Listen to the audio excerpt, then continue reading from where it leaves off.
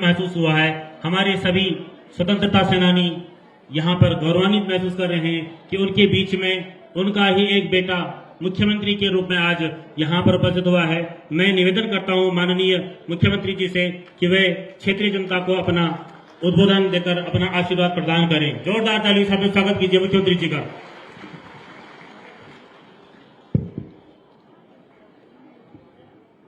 भारत माता की, भारत माता की, ताड़केश्वर महादेव की,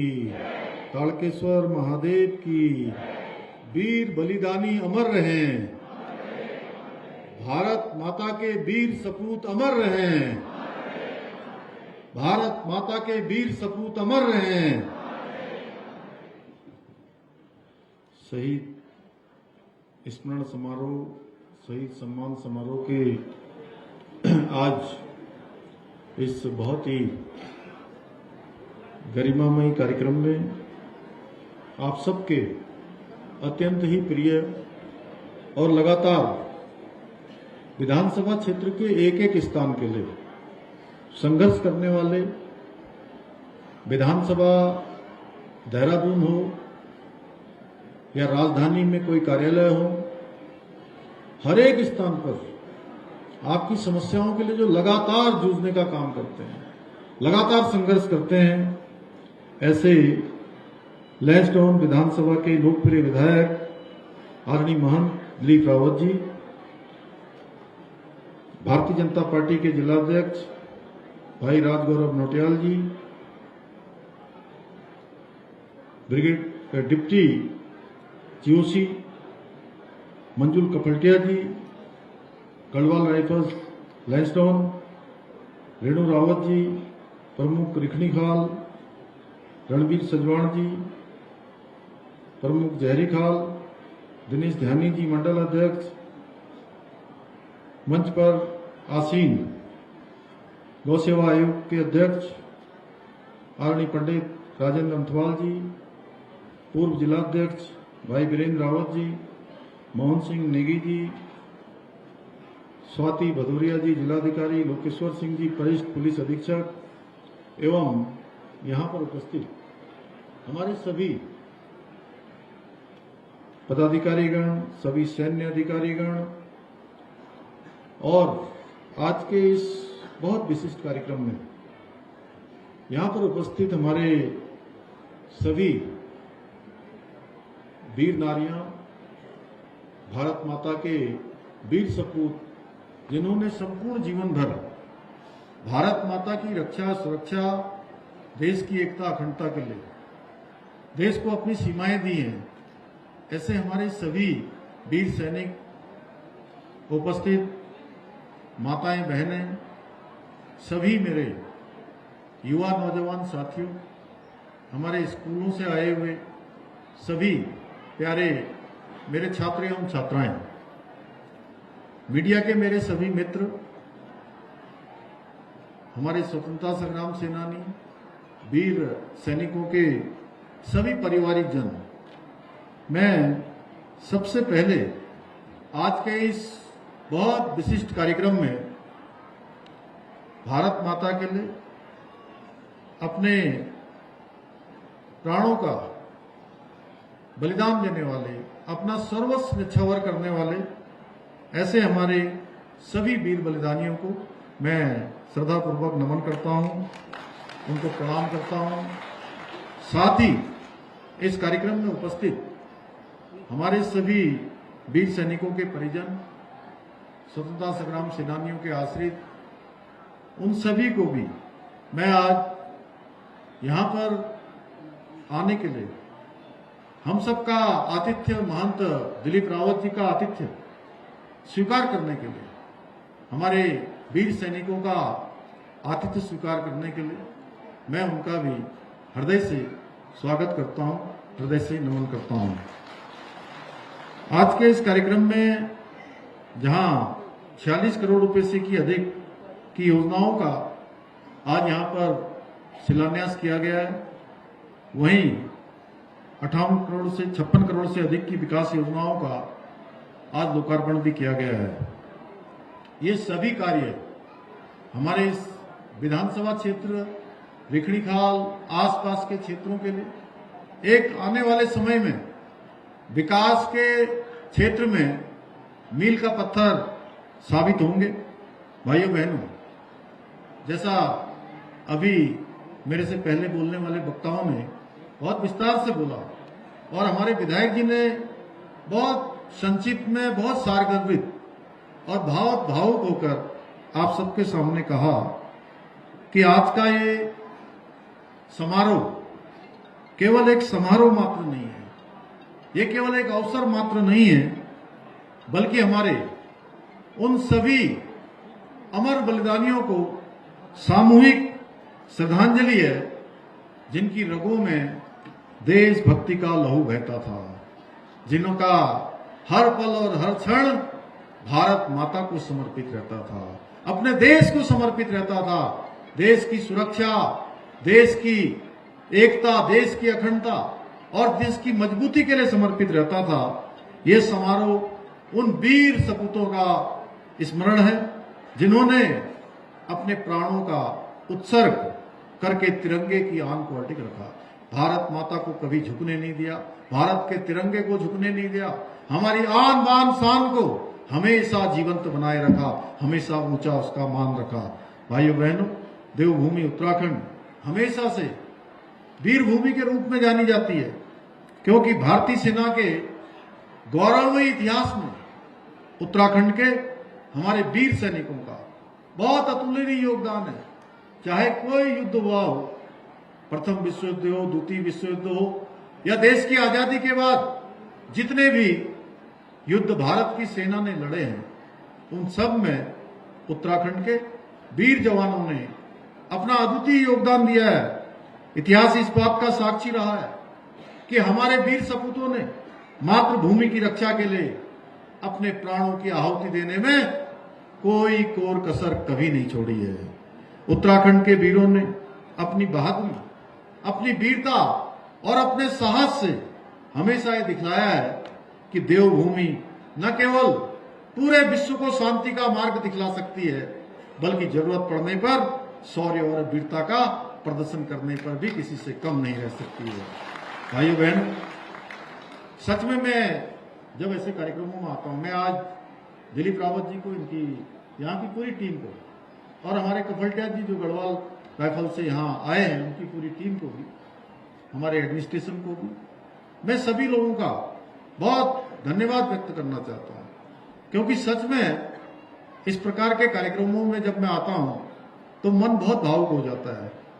क्योंकि मैं भी एक फौजी का बेटा हूं और एक फौजी परिवार में, एक सैनिक के परिवार में कितनी समस्याएं होती हैं, कितने उनके जीवन में चुनौतियां होती हैं, किन किन परेशानियों का उस परिवार को सामना करना पड़ता है, वो मैंने बहुत नजदीक से देखा है। इसलिए मेरे हृदय में हमेशा शहीदों के लिए, हमारे सैनिकों के लिए, उनके परिवारों के लिए गहरी संवेदनशीलता और समर्पण का भाव रहता है। और हमने हमेशा ये प्रयास किया है कि हमारा ये भाव हमारी सरकार के कामों में भी दिखना चाहिए, हमारी योजनाओं में भी ये आना चाहिए, हमारी नीति बनते समय इन सबको कहीं ना कहीं स्मरण में रखा जाना चाहिए। हम ये भली भांति समझते हैं कि कोई भी बलिदान होने वाले, शहीद होने वाले सैनिक की जो शहादत है, उसका कोई मूल्य नहीं हो सकता है, उसका कोई मोल नहीं हो सकता है। पर हमें ये याद रखना चाहिए कि शहीद के परिवार को उसके जाने के बाद कभी किसी दिक्कत का सामना न करना पड़े। हम शहीद के सैनिक परिवारों के उस कमी को पूरा नहीं कर सकते, उस घाव को हम नहीं भर सकते हैं जो उनके जाने के बाद खाली स्थान हो जाता है। उस स्थान को कोई नहीं भर सकता है, परंतु हम उनके साथ खड़े हो सकते हैं, उनके आंसू पोंछ सकते हैं। भाइयों बहनों, इसलिए हमने शहीदों की वीरता और बलिदानों को नमन करते हुए उनके परिजनों को मिलने वाली अनुग्रह राशि को 10 लाख रुपए से बढ़ाकर 50 लाख रुपए करने का निर्णय लिया था। इसके अलावा हमने पूर्व सैनिकों की मृत्यु के समय उनके सम्मानजनक अंतिम संस्कार हेतु 10,000 रुपए की वित्तीय सहायता राशि की प्रदान करने की भी व्यवस्था की है।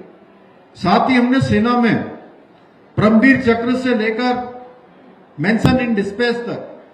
सभी वीरता पुरस्कारों में अलंकृत की जाने वाली एक मुश्त तथा वार्षिकी धनराशि में भी अभूतपूर्व रूप से वृद्धि की है। सरकार द्वारा युद्ध विधवा एवं युद्ध अपंग सैनिकों को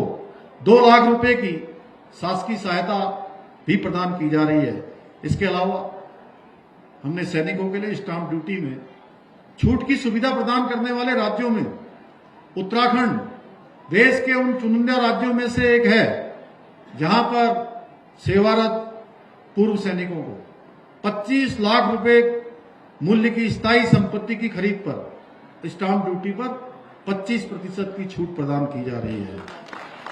हमने शहीदों के परिवारों के एक सदस्य को सरकारी नौकरी में समायोजन करने की भी शुरुआत की है, जिसके अंतर्गत वर्ष 2018 से लेकर अभी तक 28 शहीद आश्रितों को नियुक्ति दी जा चुकी है और 13 की नियुक्ति प्रक्रिया अभी गतिमान है। इसके साथ ही हमने पहले सरकारी नौकरी में आवेदन करने के लिए जो समय सीमा केवल 2 वर्ष होती थी, बहुत सारे लोगों के अवसर चले जाते थे, 2 वर्ष के अंदर वो अपने आवेदन नहीं कर पाते थे। हमने उनकी परिवारों की समस्या को, उन आश्रितों की समस्या को ध्यान में रखते हुए इस समय सीमा को 2 वर्ष से बढ़ाकर 5 वर्ष करने का भी निर्णय लिया है। इन सभी कार्यों के अलावा हमारी सरकार प्रदेश के शहीदों के वीर सैनिकों की स्मृति में देहरादून के गुनियाल गांव में एक भव्य सैन्य धाम बनाने जा रही है। उसकी निर्माण की प्रक्रिया अंतिम चरण में है। कुछ ही दिनों में उसका लोकार्पण होने वाला है। भाइयों बहनों, ये उत्तराखंड के हमारे वीर सैनिकों और उनकी बहादुरी और उनकी बलिदान की जीवन गाथा के रूप में स्थापित होगा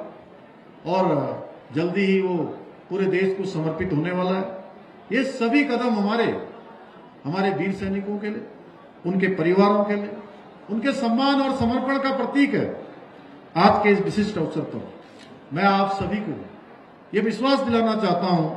कि हमारी सरकार सेवारत सैनिकों, पूर्व सैनिकों एवं बलिदानियों के हमारे आश्रित, हमारे सभी सैनिकों के परिजन, उनके हितों के लिए कोई कोर कसर नहीं रखने वाली है। उनके लिए हम आगे भी निरंतर इसी प्रकार कार्य करते रहेंगे। भाइयों बहनों, मुझे यह देखकर अत्यंत गर्व की अनुभूति होती है कि आदरणीय प्रधानमंत्री श्री नरेंद्र मोदी जी के नेतृत्व में आज हमारे सैनिकों के मनोबल को बढ़ाने के साथ साथ हमारी सेना को आधुनिक बनाया जा रहा है, संसाधनों से युक्त बनाया जा रहा है। ऐसे उपकरण, ऐसे हथियार आज सेना को दिए जा रहे हैं। उनको मिलने वाले तमाम प्रकार की जो सुविधाएं हैं उनको बढ़ाया जा रहा है। उनकी वर्दी, बूट, जैकेट, सभी प्रकार की जो सुविधाएं हैं आज हमारे सैनिकों को मिल रही है। आज भारत न केवल रक्षा के क्षेत्र में आत्मनिर्भर बनने की ओर तेजी से अग्रसर हो रहा है, बल्कि एक समय था जब हमें अपनी छोटी छोटी रक्षा उपकरणों की आवश्यकता दूसरे देशों पर निर्भर रहना पड़ता था। आज समय बदल गया है। आदरणीय प्रधानमंत्री नरेंद्र मोदी जी के नेतृत्व में आज भारत जहां रक्षा के क्षेत्र में आत्मनिर्भर बन रहा है, वहीं आज 100 से भी दुनिया के अधिक देशों को भारत रक्षा के उपकरण निर्यात कर रहा है। भाइयों बहनों, ये नया भारत है। एक समय था जब हमें इन सब कामों के लिए विदेशों पर निर्भर रहना पड़ता था और आज मोदी जी के नेतृत्व में भारत रक्षा सामग्री का निर्यात करने वाला शीर्ष देश, जो दुनिया के शीर्ष देश है, उन शीर्ष देशों में हमारा नाम सम्मिलित हो गया है। आप सभी जानते हैं, अभी भारत की सेना ने ऑपरेशन सिंदूर के दौरान भारत के स्वदेशी हथियारों को, उसकी शक्ति को पूरे विश्व ने नजदीक से देखा। भाइयों बहनों, आप सभी जानते हैं, एक समय था जब हमारे देश के दुश्मन हमें आंख दिखाया करते थे और भारत का कोई ऐसा शहर नहीं होता था जो आतंकवाद से सुरक्षित नहीं था। उस समय की सरकारों में, लेकिन उस समय की सरकारों में वो साहस नहीं था, वो इच्छा शक्ति नहीं थी। कोई भारत पर हमला होता था तो केवल पाकिस्तान की निंदा भर कर दी जाती थी और भला बुरा कह के हम चुपचाप बैठ जाया करते थे। यहां तक कि देश के अंदर जो वोट बैंक की राजनीति होती थी, तुष्टीकरण की राजनीति होती थी और सारा का सारा फोकस केवल वोट बैंक पर होता था। उस समय आतंकवादियों की फांसी की माफी करने की गुहार तक लगाई जाती थी और जो कश्मीरी पंडितों के हत्यारे थे, उन आतंकवादियों को, उन आतंकियों को प्रधानमंत्री आवास में उनकी खातिरदारी की जाती थी। अगर हमको सबको याद होगा तो एक समय वह भी था देश का, लेकिन आज दुश्मन देश के किसी भी आतंकी हमले का मुंहतोड़ जवाब देने का काम भारत की सेना हमारे प्रधानमंत्री नरेंद्र मोदी जी के नेतृत्व में करती है। जैसे आप सबको याद होगा, उरी हमला होता है तो सर्जिकल स्ट्राइक होती है, पाकिस्तान के अंदर जाकर, उस देश की सीमा के अंदर जाकर सर्जिकल स्ट्राइक करके आतंकवादियों के अड्डों को नेस्तनाबूद करने का काम किया जाता है। या पुलवामा में हमारे सैनिकों पर हमला होता है तो एयर स्ट्राइक की जाती है। वहीं अभी अभी हम सब लोगों ने बहुत नजदीक से देखा कि पहलगाम हमले के बाद हमारी वीर सेना ने ऑपरेशन सिंदूर के माध्यम से न केवल दुश्मन के दांत खट्टे किए, बल्कि पाकिस्तान की सेना को घुटने के बल, घुटने टेकने के लिए मजबूर कर दिया। भाइयों बहनों, मेरा मानना है कि हमारे वीर बलिदानियों का, उनके त्याग का, उनके समर्पण का कोई मोल नहीं हो सकता, लेकिन उनके राष्ट्र के प्रति योगदान को उचित सम्मान देना हम सभी का कर्तव्य है। हम सबको इस कर्तव्य को आगे बढ़ाना चाहिए। और यह, जैसा अभी विकास के बारे में हमारे दिलीप रावत महंत जी कह रहे थे, यह भी उसी प्रकार से पीढ़ी दर पीढ़ी अनवरत रूप से चलने वाली प्रक्रिया है। भाइयों बहनों, हमारी सरकार द्वारा पौड़ी जनपद में विभिन्न जनकल्याणकारी योजनाओं को लागू किया गया है। पर्यटन को प्रोत्साहित करने के उद्देश्य से जनपद पौड़ी के अंतर्गत पौराणिक चार धाम पैदल यात्रा मार्ग को फिर से पुनर्जीवित और विकसित करने का कार्य किया गया है। इसके साथ ही भारत के पहले सीडीएस, पूर्व सीडीएस स्वर्गीय जनरल बिपिन रावत जी के सम्मान में पौड़ी के कंडोलिया मैदान के निकट 100 मीटर ऊंचाई वाले तिरंगे झंडे को लगाने के साथ ही एक पार्क का निर्माण भी किया गया है। इसके अतिरिक्त ट्राइडेंट पार्क निर्माण, पुराने कलेक्ट्रेट भवन को हेरिटेज भवन के रूप में विकसित करना, धारी देवी पैदल मार्ग का निर्माण, श्रीनगर में गोला पार्क का सौंदर्यीकरण कार्य जैसे अनेक योजनाओं पर यहां कार्य किया जा रहा है। अभी थार नदी पर झील बन रही है, सतपुली में झील बन रही है। इस क्षेत्र में अनेकों काम दिलीप रावत महंत जी के नेतृत्व में आगे बढ़ रहे हैं। अनेक योजनाएं बढ़ रही हैं, सड़क की योजना है, पंपिंग योजना है, बिजली की योजना है, हमारे विद्यालय, अस्पताल, इन सभी पर तेजी से काम हो रहा है। भाइयों बहनों, आप सभी भली भांति जानते हैं, कुछ लोग हमेशा से जनता को गुमराह करने की कोशिश करते हैं। मैं किसी का आज के अवसर पर, चूंकि जहां हमारे इतने सैनिक हों, वीर सैनिक हों, उनके परिजन हों, स्वतंत्रता संग्राम सेनानी और उनके आश्रित हों, एक ऐसा समारोह हो रहा हो, ऐसा एक आयोजन हो रहा हो, वहां पर मैं किसी का नाम नहीं लेना चाहता, लेकिन इस पवित्र धरती से मैं उन सभी को स्पष्ट कर देना चाहता हूं कि हमारी सरकार क्षेत्रवाद, जातिवाद की संकीर्ण राजनीति से ऊपर उठकर राज्य के प्रत्येक क्षेत्र, प्रत्येक समाज और प्रत्येक वर्ग के सर्वांगीण विकास का संकल्प लेकर काम कर रही है और उसको धरातल पर उतारने का हर संभव प्रयास किया जा रहा है। समेकित रूप से प्रयास किया जा रहा है। राज्य का सुदूरवर्ती क्षेत्र हो, एक कोना हो, दूसरा कोना हो, हर क्षेत्र आगे बढ़े, उसका हर संभव प्रयास, हर संभव संकल्प लेकर आगे काम बढ़ाया जा रहा है। मुझे गर्व है कि राज्य स्थापना के बाद इसी जनपद में, पौड़ी गढ़वाल में, जितना विकास कार्य दशकों से नहीं हुआ था, उससे कहीं अधिक कार्य हमारी सरकार ने पिछले 4 सालों में किया है। भाइयों बहनों, हमारी सरकार देवभूमि उत्तराखंड के सांस्कृतिक मूल्यों और डेमोग्राफी को संरक्षित रखने के लिए संकल्पित होकर काम कर रही है। हमने जहां प्रदेश में एक सख्त धर्मांतरण विरोधी कानून लागू किया है, दंगों को रोकने के लिए, दंगों की राजनीति करने वालों को सबक सिखाने के लिए सख्त दंगारोधी कानून लागू किया है,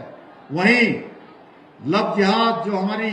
बहन बेटियों के भविष्य के साथ खिलवाड़ करने वाले थे, ऐसे बहरूपिया थे, अपना नाम बदलकर, अपना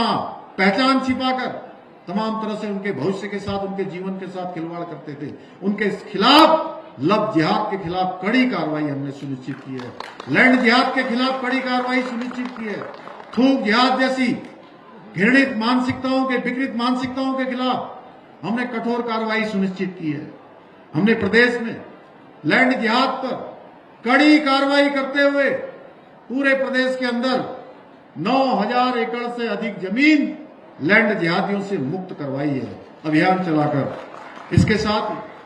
250 से अधिक अवैध रूप से चलने वाले मदरसों को सील करने का काम किया है। 500 से अधिक अवैध संरचनाएं, कहीं पर नीली चादर, कहीं पर पीली चादर, कहीं पर हरी चादर डालकर तमाम जो हमारे सरकारी जमीनों को कब्जा करने का अभियान था, उस अभियान को भी रोकने का, स्पीड ब्रेकर लगाने का काम हमारी सरकार ने किया है। इतना ही नहीं, हमने अभी हाल ही में प्रदेश में नया कानून लाकर मदरसा बोर्ड को समाप्त करने का भी निर्णय लिया है। अब हमारे इस निर्णय से मजहबी शिक्षा देने वाले जो कट्टरपंथी थे, भाइयों बहनों, अब वो तिलमिला रहे हैं। तमाम प्रकार के ऐसे आरोप लगाने का काम कर रहे हैं, कीचड़ उछालने का काम कर रहे हैं। हमारी सरकार ने भाइयों बहनों एक और राज्य में सनातन संस्कृति को बदनाम करने वाले ऐसे पाखंडियों के विरुद्ध भी, जो अपना छद्म वेश धारण करके, अपनी पहचान छुपाकर धर्म के मार्ग पर रोड़ा डालने का काम करते थे, लोगों की धार्मिक भावनाओं को आहत करने का काम करते थे, कहीं न कहीं सनातन संस्कृति को भी बदनाम करने का काम करते थे। इनके खिलाफ भी ऑपरेशन कालनेमी चलाकर हम सख्त कार्रवाई सुनिश्चित कर रहे हैं, और अभी तक प्रदेश के अंदर 6,000 से ज्यादा ऐसे कालनेमियों के खिलाफ अभी तक हम कार्रवाई कर चुके हैं। वहीं हमने देश में, हम सबको गौरव प्राप्त हो गया कि देवभूमि उत्तराखंड पूरे देश का पहला ऐसा राज्य बन गया जो भारत के संविधान बनाने वाले हमारे संविधान निर्माताओं की भावना थी। संविधान के अनुच्छेद 44 में जिसका प्रावधान किया गया था कि देश में रहने वाले कोई चाहे किसी वर्ग का हो, किसी पंथ का हो, किसी समुदाय का हो, उनके सबके लिए एक समान कानून होना चाहिए। भाइयों बहनों, मुझे ये कहते हुए गर्व हो रहा है कि हमारी सरकार ने, हमारी पार्टी ने 2022 के विधानसभा के चुनाव में, जिसमें आपने दिलीप रावत महंत जी को यहां से चुनकर विधानसभा में भेजा था, इसलिए भेजा था कि ये आपके लिए समान नागरिक संहिता का कानून बनाएंगे। हमने हमारे प्रधानमंत्री जी के नेतृत्व में आज हमारा प्रदेश देश का पहला राज्य बन गया है जहां रहने वाले हर एक नागरिक के लिए एक समान कानून लागू हो गया है। भाई, सभी के लिए एक समान कानून लागू हो गया है, और ये एक समान कानून, समान नागरिक संहिता, इसकी गंगा देवभूमि उत्तराखंड से निकल गई है। आने वाले समय में ये देश के सभी राज्यों को लाभ देने वाली है। इसके अलावा हमने देश में पहली बार भर्ती प्रक्रियाओं को पारदर्शी बनाने के लिए, नकल माफियाओं पर अंकुश लगाने के लिए देश का सबसे सख्त नकल विरोधी कानून भी लागू किया है, जिसका परिणाम हुआ है एक रिकॉर्ड तोड़ भर्तियां पिछले सालों में हमारे यहां संपन्न हुई है। भाइयों बहनों, जैसे ही हमारे युवाओं को सरकारी नौकरी प्राप्त करने में सफलता प्राप्त हुई और नकल माफियाओं के मंसूबों पर ऐसा पानी पड़ा कि आज तक वो लोग बिलबिला रहे हैं, किसी न किसी तरीके से भर्ती प्रक्रियाओं पर डेंट करना चाहते हैं, उनको बदनाम करना चाहते हैं। आप सबको पता है, उसमें मैं बहुत विस्तार में नहीं जाना चाहता। इतना ही नहीं, प्रदेश के अंदर लगातार एक मांग उठती थी। मैं यहां आया था, ये हमारे महंत जी बहुत मुखर रहते हैं विधानसभा के अंदर। ये पक्ष में होते हुए भी कई बार जो इनको लगता है कि जनता के हित की बात है, उस बात को किया जाना चाहिए। मैं इनकी इस बात के लिए प्रशंसा करता हूं कि मेरे पास भी आते हैं और मुझे भी कहते हैं कि मुख्यमंत्री जी, आपको ये फैसला लेना चाहिए, ये प्रदेश की जनता के हित में है। ये एक बार मेरे पास आए थे और इन्होंने मुझे कहा कि आपको हमारे पर्वतीय क्षेत्र उत्तराखंड के हित में एक सख्त भू कानून लागू करना चाहिए। भाइयों बहनों, मुझे आज आप सबके समक्ष ये कहते हुए संतोष हो रहा है कि आप सबकी भावनाओं के अनुरूप हमारी सरकार ने अब ऐसे भू माफियाओं पर लगाम लगाने के लिए औने पौने दामों पर जो जमीन खरीदकर बड़ा लैंड बैंक यहां पर बना लेते थे, बड़े भू माफिया करोड़ों करोड़ों करोड़ों करोड़ों एकड़, सैकड़ों एकड़ जमीन तमाम जगह पर उन्होंने इकट्ठी कर रखी थी। ऐसे लैंड माफियाओं पर, ऐसे भू माफियाओं पर भी लगाम लगाने का काम हमारी सरकार ने किया है। हमने सख्त भू कानून आज प्रदेश के अंदर लागू कर दिया है। भाइयों बहनों, आज के इस अवसर पर मैं इस क्षेत्र के विकास के लिए कुछ घोषणाएं करना चाहता हूं। वैसे तो ये जब भी आते हैं तभी एक बड़ी ही जो है अपने क्षेत्र की एक बड़ी मांग पत्र लेकर आते हैं, कभी खाली नहीं आते। और सच में मैं कई बार सोचता हूं कि हमारे पास बहुत सारे जनप्रतिनिधि आते हैं कि उनको मैं सही से सुन पाऊं, इसके लिए मैं उनका समय निर्धारित करता हूं कि वो आएंगे तो मैं उनका विस्तार से बात करूंगा, संबंधित विभाग के अधिकारियों से जानकारी लूंगा। लेकिन मैं महंत जी की इस बात के लिए प्रशंसा करता हूं कि ये आते हैं 5 से 7 मिनट में अपने सारे काम करके मेरे से दे जाते हैं, सारी एप्लीकेशनों में जो है ऑर्डर करवा के चले जाते हैं। और इन्होंने आज मेरे सामने ये लगभग 20 मांगे यहां पर रखी हैं। और सबसे पहले इन्होंने कहा कि राजकीय इंटर कॉलेज रिखड़ी खाल का नाम गुणानंद जी के नाम पर रखा जाना चाहिए। मैं यहां की जन भावनाओं के अनुरूप ये घोषणा करता हूं कि ये विद्यालय के रिखड़ी खाल का नाम गुणानंद जी के नाम पर रखा जाएगा। इसके साथ ही रिखड़ी खाल में दलमोटा में बल्ली तक का मिलान कार्य है। विधानसभा लैंडस्टोन के अंतर्गत रिखड़ी खाल में एक प्रेक्षागृह का निर्माण होना है। रिखड़ी खाल में लोक निर्माण विभाग का अतिथि गृह और उसके पास में सच में ये बहुत जरूरी है। हम पूरे प्रदेश के अंदर यहां हम हवाई सेवा भी चला रहे हैं लैंडस्टोन के लिए, बहुत जल्दी लैंडस्टोन के लिए हवाई सेवा भी यहां प्रारंभ होने वाली है। लेकिन आपातकाल में, आपदा की स्थिति में, चूंकि हर साल हमें बड़ी बड़ी आपदाओं का सामना करना पड़ता है, इसलिए आपने यहां के लिए जरूरत बताई है कि यहां पर एक हेलीपैड का निर्माण होना चाहिए। मैं घोषणा करता हूं कि यहां पर जनता की सुविधा के लिए, यहां की आपात स्थितियों के लिए यहां पर हेलीपैड का निर्माण किया जाएगा। इसके साथ ही न्याय पंचायत मेरुड़ा में प्राथमिक स्वास्थ्य केंद्र की स्थापना, मंदाल नदी में नौदानों में पंपिंग योजना निर्माण, जहरी खाल में पशु सेवा केंद्र सिलवाड़ जहरी खाल, पशु चिकित्सालय के उच्चीकरण एवं पशु सेवा केंद्र ढोटियाल, पशुधन प्रसार अधिकारी पद सहित ग्राम छत्तीसगढ़ में इसकी स्थापना की जाएगी। विधानसभा लैंडस्टोन के अंतर्गत रिखड़ी खाल में मंदाल नदी पर बाढ़ सुरक्षा कार्य, रिखड़ी खाल में ही चौटू डांडा पंपिंग योजना का निर्माण, लैंडस्टोन के अंतर्गत विकासखंड नैनी डांडा में भवन में पंपिंग योजना बनाई जाएगी। मैं इसकी भी घोषणा करता हूं। नैनी डांडा के अंतर्गत दिगोली खाल पंपिंग योजना का निर्माण, लैंडस्टोन क्षेत्र में विकासखंड बौरीखाल में सिमड़ी कंडली मोटर मार्ग के प्रथम बैंड से सेरा फरसेंगाल तक मोटर मार्ग का निर्माण, विकासखंड रिखड़ी खाल में दलमोटा से बल्ली तक मिलान का कार्य, रिखड़ी खाल में ही कठवाड़ा खनसुली खनिता खाल मोटर मार्ग से ढाव खाला बुलेखा मोटर मार्ग, विकासखंड रिखड़ी खाल में लेकुल नाट मजियाड़ी मोटर मार्ग, रिखड़ी खाल कोट सैंड के समीप ग्राम पयागढ़ी रजवो मल्ला देवड़ी मोटर मार्ग का निर्माण, रिखड़ी खाल के किलवा खाल से सुंदरौली तक मोटर मार्ग, रिखड़ी खाल में नावे तल्ली में भाग 2 का कार्य, रिखड़ी खाल के